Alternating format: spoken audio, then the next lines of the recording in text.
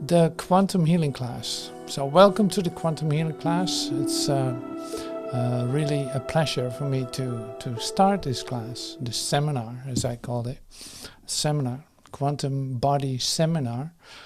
And so we start off with some quiet time and give up any kind of goal that we want to achieve, and any kind of thinking that you get something that you not already have, because that's not the case.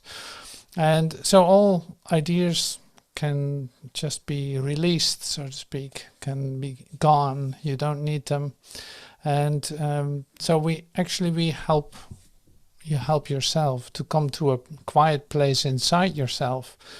And so it helps to breathe, to relax, and to let go of your thoughts, not attaching to them, not bringing them in, not engaging with them, not doing all the things that you're used to doing with them, at least most of the day.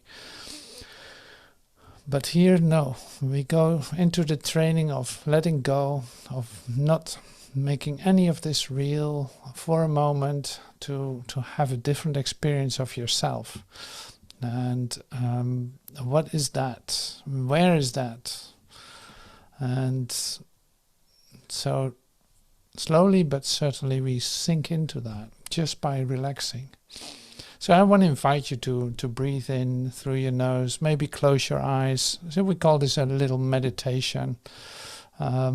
So to just relax, to come into an open, open mind, open setting, open heart, relaxing deeply into the stillness that is within you. And since we did some exercise, we are trained, and I'm letting someone in. And so this all helps to come to the still place inside yourself. Now, why is that so important even in this class too? Because it's the starting point. No matter what you want to have a different experience of yourself, this is the place to go. So that's what we do. So allow your body to move, whatever it likes to do. Right now it's moving around. Maybe relaxing your shoulders, maybe you move your body a little bit. Relaxing your shoulders, like really coming into some kind of relaxed rhythm with yourself, with your body, with your idea about yourself. And breathing and releasing is really good. So that's what we do to just relax and breathe. Slowly breathing in through your nose and letting the air out.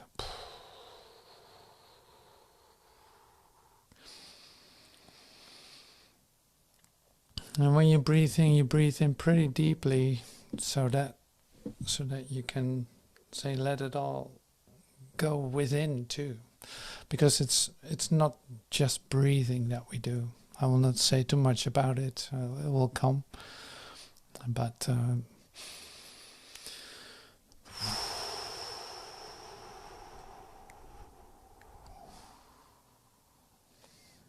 so I'm trying to slow down my mind.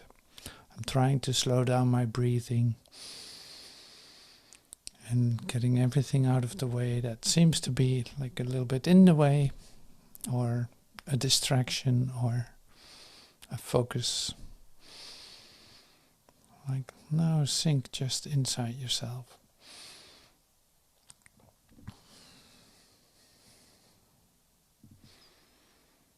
So we will be still for just a moment.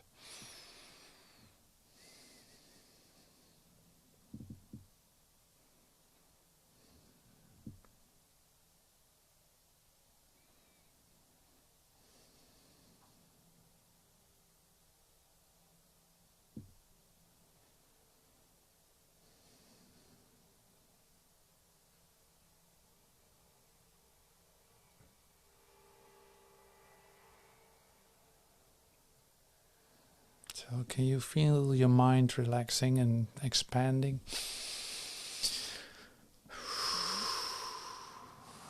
So yeah, we're going to make a lot of use of that in that sense in this class. Opening, expanding your awareness of ideas that you didn't know were possible, or who knows what comes to you, what it will be for you. So one of the things that we will see is the idea of quantum. Say there's a quantum mechanical body that will be explained by Deepak Chopra, watching a video of him for just a moment. Another thing that I'm definitely going to use is a little introduction by Mary Baker Eddy in the book Science and Health. Then we use a little bit of the book that Deepak gives to us. Then there's also Joel, a little bit of that too. And so there are a lot of ingredients, and these came to me to share with you. And so the reason that this this class is started is to, so once and for all, get a lot of confusion out of the way. And that starts here, of course, starts with me. And so I want to, like that, what I'm going to bring in as little books and all that is not to achieve more, knowledge about it, more facts and more intellectual background. No. So the nature of our meeting is in fact miraculous. That means the following. Like we come together and we can look at things absolutely. But we want to come to the place of clarity. And that's a place where something new is revealed to you, instead of just having more facts. Like, oh wow, that's a great fact. Oh, that's a wonderful fact. Some of the facts are really great to hear, sure. But the purpose of sharing it, is to come to a whole different experience altogether. Like that is in fact a very high goal, the ultimate goal in that sense. So it's like by opening up, by expanding your awareness, it's very, it can really happen. You have a whole different experience of yourself. I'm doing that definitely with exercises, with the readings that we do, but also with allowing, the openness of your mind, the openness to have something revealed to you that I could never explain. Like that is not in the books. No, this is your experience of yourself, your revelation, in fact. And of course, that's not under conscious control. It cannot be forced on you. And it is like, no, I cannot give that to you. But it is more like we come to a place where things become clear, and suddenly it can happen that is being revealed to you. And that is interesting to me.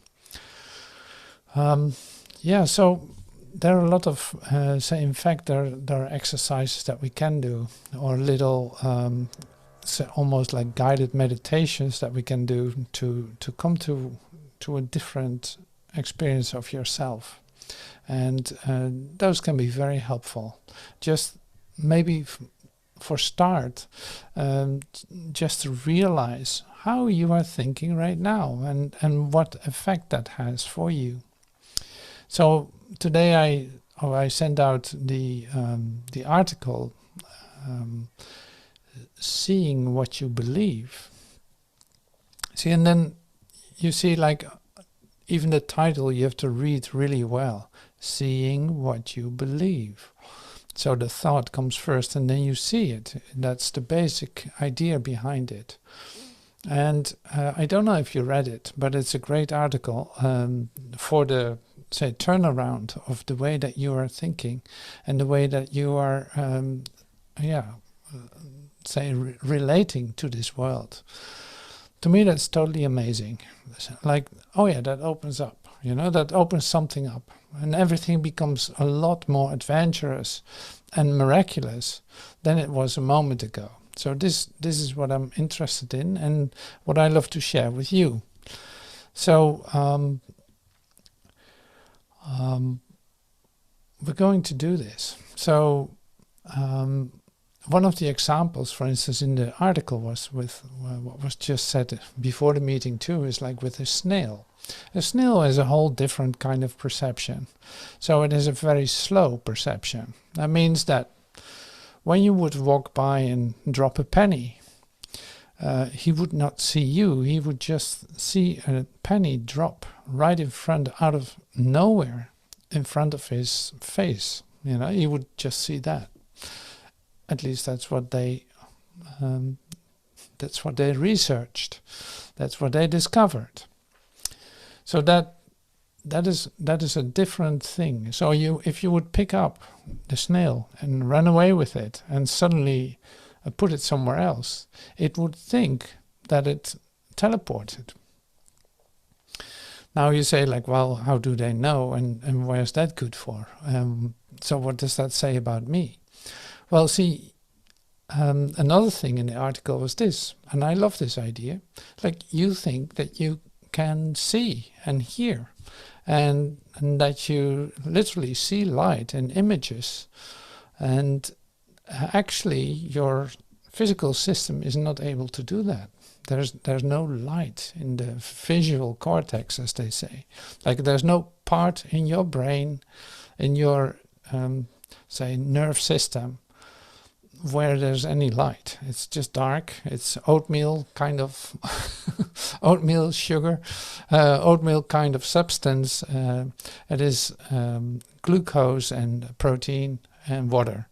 That's about the content. So the things that you relate to, the things that you actually put together as your story, is built out of fragments. It's like an electron storm in your brain, so to speak, an electron storm, which you try to make sense of it, and you can't, and it becomes more and more obvious that you can't. So that's, to me, is also an interesting, say, fact, but it determines a lot for you, because it helps you shake your beliefs in how you perceive and what is important and what is real about yourself. So that's another really important thing. So there was this experiment where people had to listen and write down really carefully what was said on a tape. So they turned on the tape and people were listening and were writing down what they heard, even though it was very low volume, but they got the story. So everyone wrote down the story, and actually after that they discovered, like, what is on the tape is nothing. It's just abracadabra.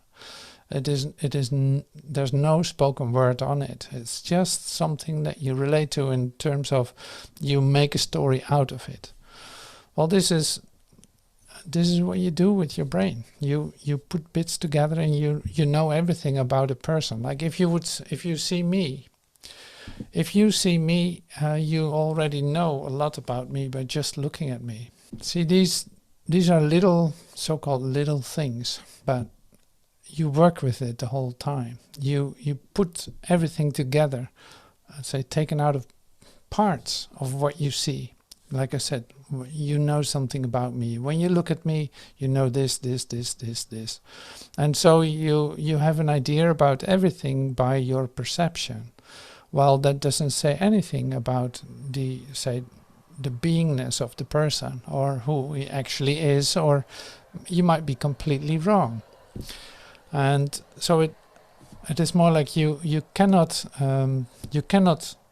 use your perception to know with a capital K.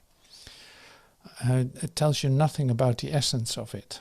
So that's the great thing about the practice that we do just at the start of this class, becoming still, going inward, making a connection with the truth of you, because that is in fact what is really you, and the rest isn't.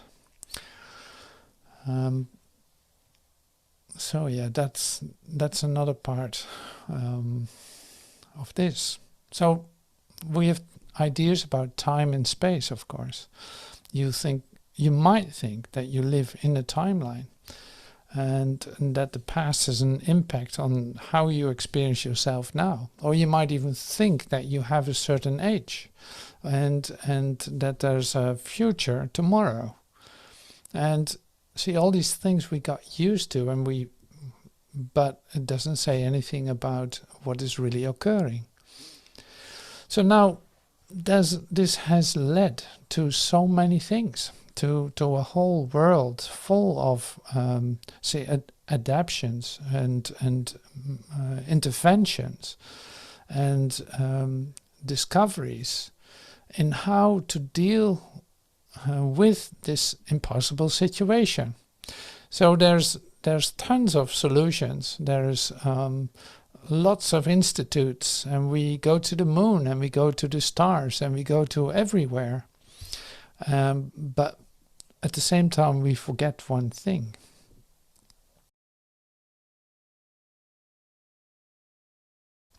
So here's the first exercise then. And so I hope you want to do that with me. So here's your body. You sit in a chair. Here's you as a body. You can recognize yourself as a body. And you might close your eyes. It's easier when you do.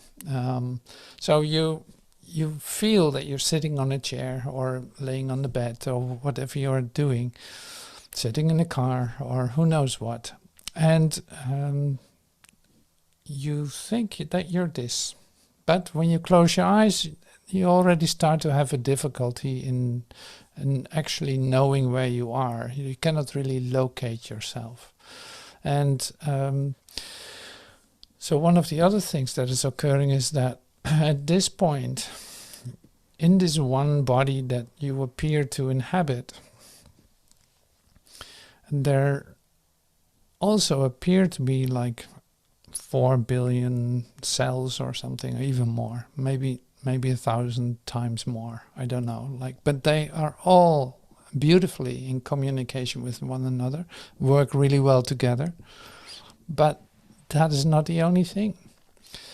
So when I take a really good look at this cell, one of these 4 billion or 4,000 billion cells that you have, if I take a look at one of these cells, I see there's a nucleus, there's some mitochondria, some other aspects, some other, say, particles. And when I take a look at these particles that are in these cells, in one of these 4,000 billion cells, I see there's molecules in this nucleus, in this core. And it's DNA, it's RNA, it's all kinds of molecules. But I'm just focusing on the DNA, and going deeper into that, I'm actually discovering, well, it's built out of particles too. It's not just one big DNA. No, there's more. It is built up from all kinds of elements. It's like there's some, I forgot the names of the components, but cysteine, there's the DNA, so glucosides, it's glucose based, it's sugar based. You're made from sugar, can you imagine? So anyway, so you go deeper into that DNA, you see the building blocks are glucose. Going deeper into that, you see, and we're still in this one cell of the 4,000 billion cells in your body. This is just one cell, one nucleus, one DNA, one glucose molecule part. Going deeper into that and seeing it's built out of atoms. It's built out of atoms. Very small, very small. And these atoms like there are many of them in the DNA string. So we go deeper into that. Here's your glucose, here's your carbon, here's your hydrogen atom. So the glucose is built from a lot of parts. And going into the carbon, for instance, there are parts in that too. A lot of them. A lot of, say, hydrogen. There's a lot of, say, electrons. There's protons. There's, well, you go on and on and on. So these are built from things too. So now the distance, the relative distance between those particles that are in the carbon atom are so far from one another that it would be much further than from between the moon and the sun. And that's like a huge space. So it comes down to this, is that the building blocks of your body, of you as your body, is built from space. It has so much space in between all the particles that you cannot, say, convince yourself that anything about your body is solid. Particles jumping in and out of existence. So it's like, it's so spacious, you cannot believe it. 99.99999% is space. So yeah, so it's basically all space. You did not think your body was like that. You might have forgotten. Maybe you've heard this one more time. So you might have forgotten it. So it's unbelievable. So this is just an idea, to get an idea. You can open your eyes if you have still closed them, but you can also keep them closed. It doesn't matter. So the amazing thing is that this is your body. It's like a quantum body that actually isn't there. That you can build up from ideas, and you can give it as much reality as you want, but basically it's space.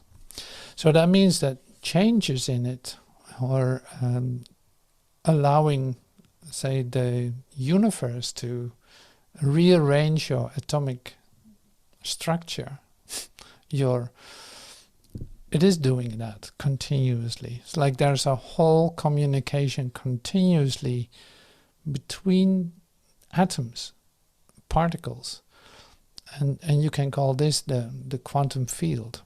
It's like there's all particles in relationship with one another, just like your cells, like the 4,000 trillion cells in your body, billion cells, and that are in your body communicate perfectly well together because they're totally a part of all energy, and it communicates with one another naturally. So now here's the human mind coming into this story with an idea that it can be separate and that it wants to have a little bit for itself. Since everything is so related, you want this little part for yourself. And it's hard work because, say, the nature of you, and nature with a capital N, the nature of you is everything, not locatable, is completely spacious, is completely present. It is consciousness itself, and that's not measurable. It's not, none of that. It's like not measurable at all. But anyway, so this is an important start to come into an idea that this thing that appears to be solid is not solid at all. And there's more to that. It is also not separate from anything else. Like, and there, you cannot make yourself, say, you cannot prove yourself continuously that that it would be solid, that anything is solid at all. And how is that going to be helpful in our further discoveries? Well, you're going to find out, because I'm not going to say this now. You have your own experience with it. So this was just a little exercise that we did. And I want to invite Deepak Chopra to speak with us for a moment. And so I found a video in which he says, probably in 6 minutes or so, in fact, some more, detailed information over the mechanical quantum body. So we're going to listen to that and watch it too. Healing, and why I think that the fundamental nature of reality is even beyond the quantum. So let's start with very simple things. There are two ways of knowing your body. One is as we experience it right now, as you're experiencing it, by looking and touching, tasting and smelling, and by listening to my voice. This is the way we know other bodies. This is the way we know the material universe. How? By touching, tasting, smelling, hearing, and seeing. Now, of course, we do not know the fundamental basis of how this perception occurs, because in our brains all that happens is electrochemical reactions that correspond to every experience. So whether you're experiencing a mental event such as imagining a beautiful sunset on the ocean, or whether you're seeing a physical object like that statue of the elephant behind my back, all that happens in your brain is electrochemistry. But you actually experience color and form and taste and smell and a three-dimensional universe evolving in time. Nobody knows how that happens. It's called the hard problem of consciousness. Nevertheless, one way of experiencing the body is as a physical entity. This is solid. It's made up of flesh, which is muscle. It's made of bone. It's made of skin, hair, sinews, tendons. You see there's a nose, eyes, ears, etc. So this is the physical body. But when you start to look at what this is made of, it becomes obvious that your physical body, whether it's muscle or bone or sinew or fat, is made of chemicals, biochemicals. And these chemicals are mostly carbon, hydrogen, oxygen, nitrogen, and a few others that come from stars and galaxies. What are these molecules made up of? They're made up of atoms. What are the atoms made of? They're made of particles. Now, it's the same atoms everywhere, same atoms. They're the atoms of the periodic table, and it's the same particles, electrons, protons, neutrons, and then now we know gluons and quarks and so on. Doesn't matter, but there are smaller and smaller things. So big things are made of little things, and little things are made of even littler things. And then when you get to the most fundamental level, these particles turn into waves. And waves are not made of things, they're made of probabilities. And where are they coming from? They're coming from a dimensionless, infinite, formless void. So, everything in the universe ultimately is made out of nothing. The great Sufi poet Rumi said, "We come spinning out of nothingness, scattering stars like dust." Look at these worlds, spinning out of nothingness. This is you. Okay, so fundamental reality, therefore, is formless and dimensionless. And we can say it's the fundamental nature of being, anything that exists, anything, including this book, including this phone, including your body, etc. Okay, so when we look at the world objectively, we end up with nothing. But we can also close our eyes and we can experience our body as just sensations, intermittent sensations. They're happening somewhere amorphously here and there. I can touch it and I can see it subjectively and I can feel it. So there's another way of experiencing the body, which is subjectively, which is sensations, images, feelings, thoughts. And where am I experiencing them? In my being, in my being. And where is that being? Well, it doesn't have a location. It doesn't even exist in time. It is the formless void. So whether we look at the world objectively or whether we look at the world subjectively, our essential nature is that we are formless beings, and the essential nature of the universe, including our body, is that it's formless. This is what I meant when I wrote the book Quantum Healing, that the formless being of the individual is what we call soul spirit, and the formless being of the cosmos is what we call consciousness or cosmic consciousness. But the ultimate ground of all experience is the same. So you and I are part of a formless cosmic being that has taken this name and this form. And how that formless being resonates is the image that we experience as the body and the universe. And what is quantum healing? It is learning to shift your consciousness so you can shift your biology. I know this was very controversial when I wrote the book, and it created a lot of criticism. But now, as I said, 27 years later, we are seeing very clearly that states of consciousness determine states of biology. Anger, hostility, guilt, shame, mistrust, jealousy have their own biology, as do love, compassion, joy, equanimity, empathy. They have a different biology.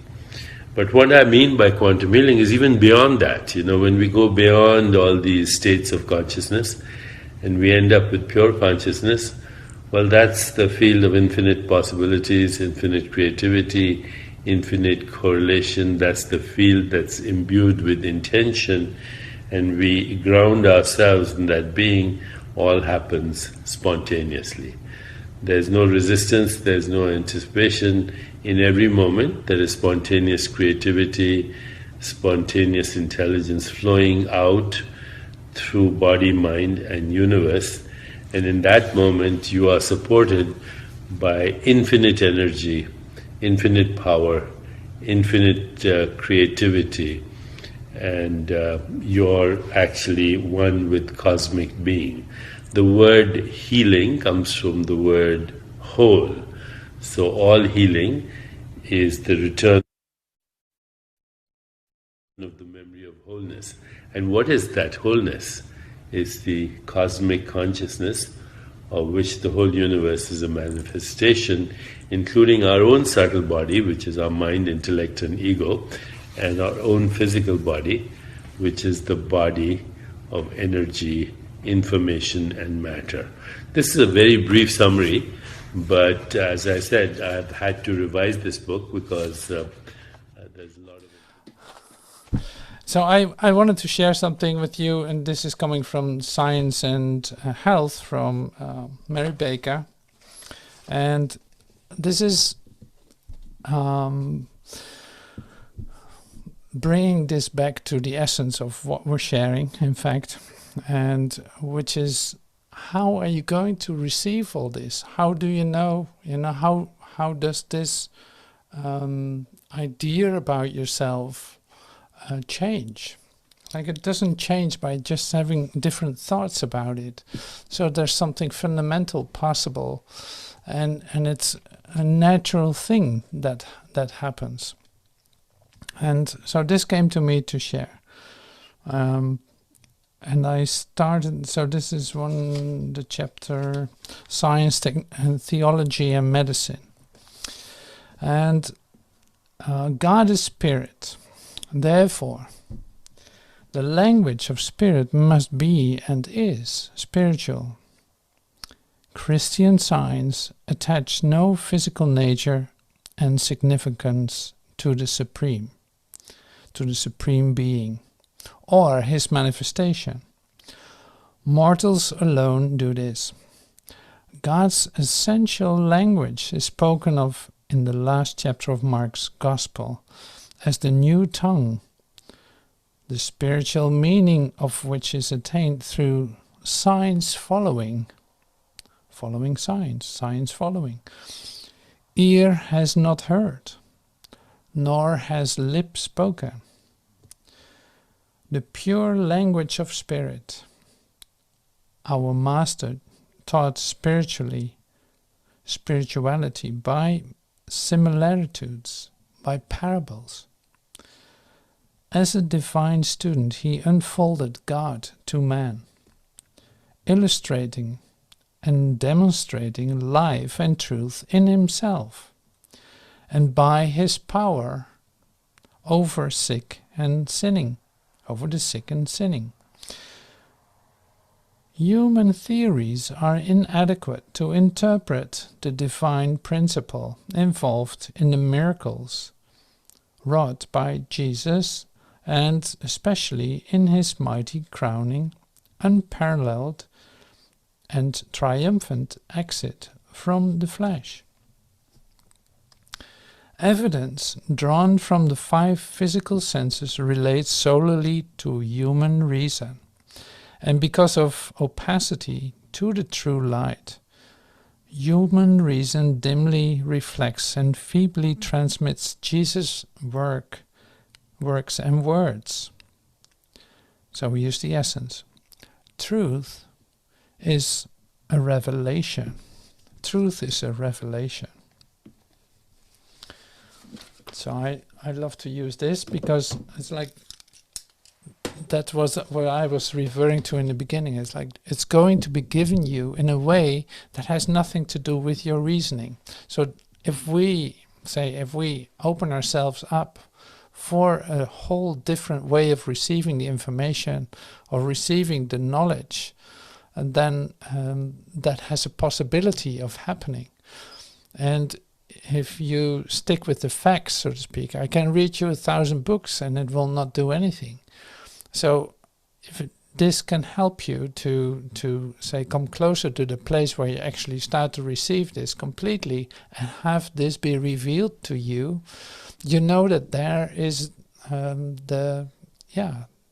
that's in fact what is the greatest gift, or the pearl in all of this. But that is an aliveness that is connected with it. It is not just information.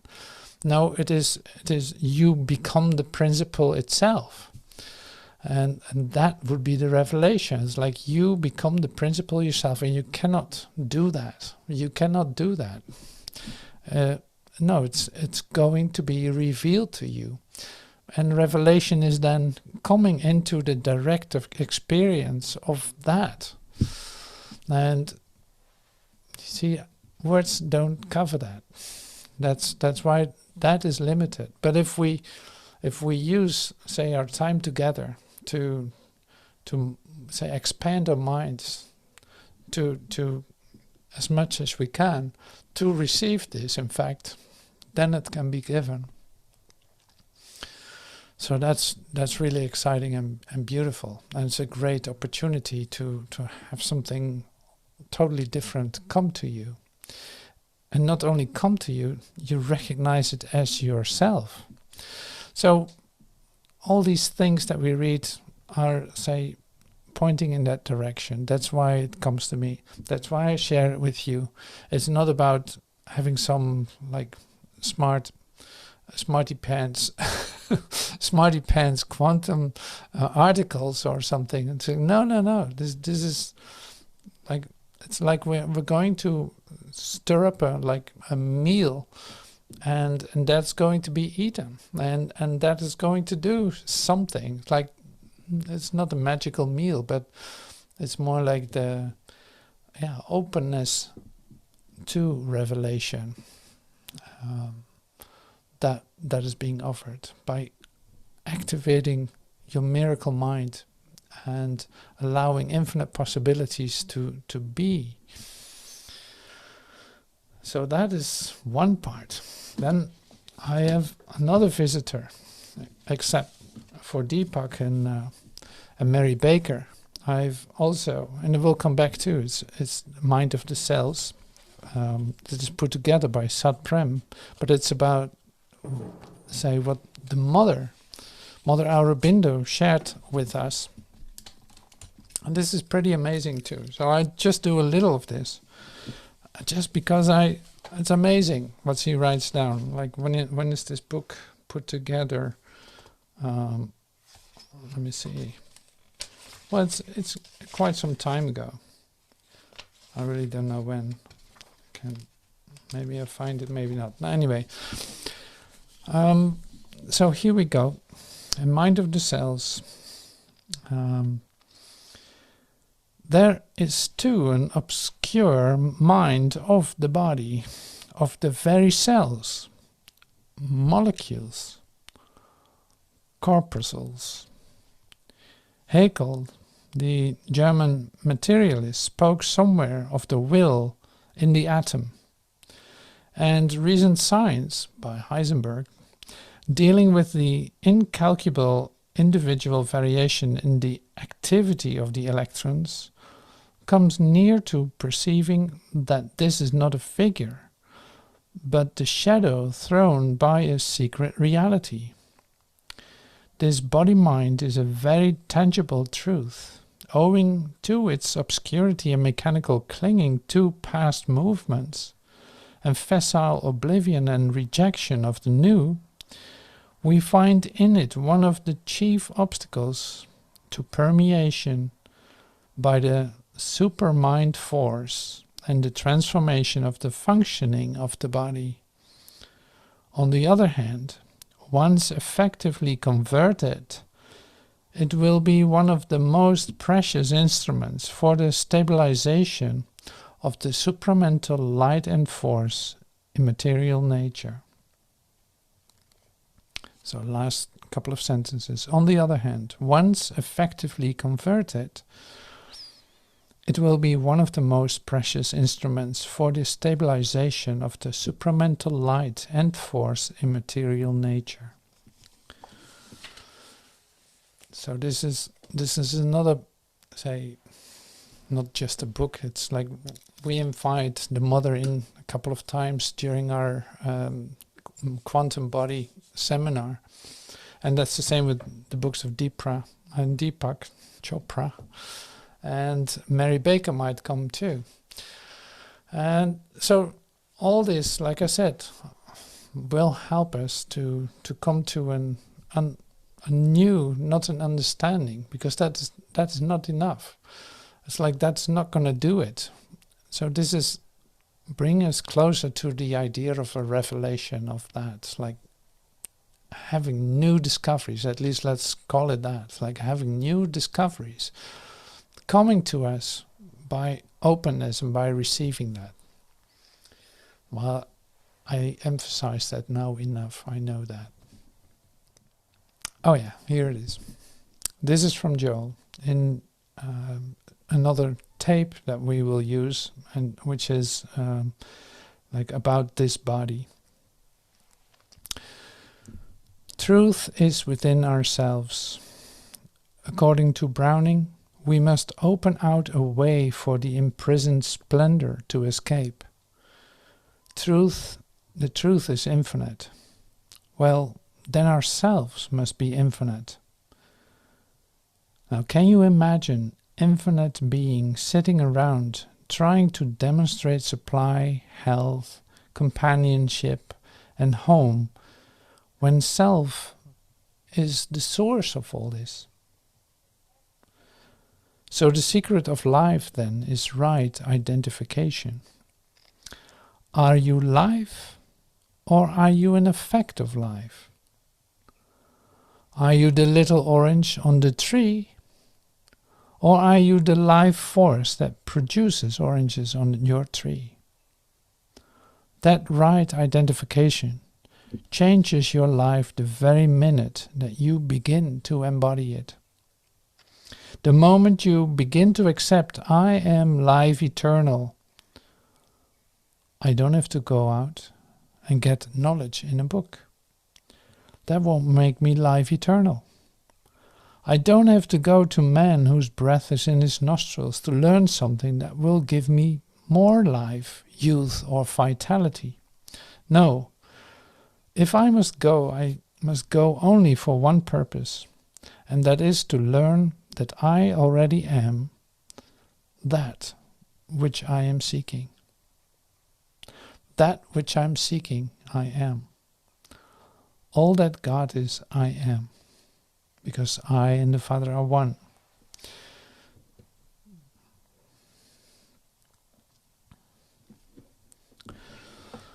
All right. So there's one more reference that I really like to bring in, or one more idea. And that is this. It's like you heard these expressions of the body is the temple. And this is an interesting idea. So you can say like, well, the body is the temple. Wow, that is great. But now when you look at a temple, you see that that's just the surrounding. It's like that's the outside of it. You know, inside the temple, there's something else going on. So it's like the altar is inside the temple. So I have to admit that my first impression always with this word was that it's like the body is the temple, sure. As if that was it. It's like, no, there's an altar inside the temple. And so why does that matter? I don't know. It opened something up for me. It's like, oh my God, I'm so happy to hear this. It is within me. I know that. It is within me. The altar is within me. So that is like, that was an eye opener for me. I don't know. I never heard it like that. So anyway, so the one thing that I'd like to invite you to is this. So when you start reading or discovering with in your mind something that is a bit confusing to yourself. It's like there is something there, but I don't seem to get it. And I want to read about it again, and I want to contemplate it and all this. My invitation to you is to bring that with you when you come to the next class, or when you see this video, just write it in the comments if you feel like sharing it, or send it to me by email. And because the moments, the places where you actually find confusion or something, like there is something great that's being offered here, but I'm seeming to miss it. So there can be really something there for you that you love to share with one another. So that's my invitation to you. Just as I brought this idea in just now from the idea of the temple, you know, because we're going to come back to the idea of temple, body, the body is the temple, and all this. We come back to that.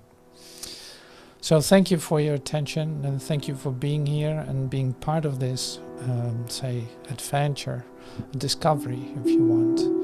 I'm really happy that you do that, and I hope to see you soon. Thank you.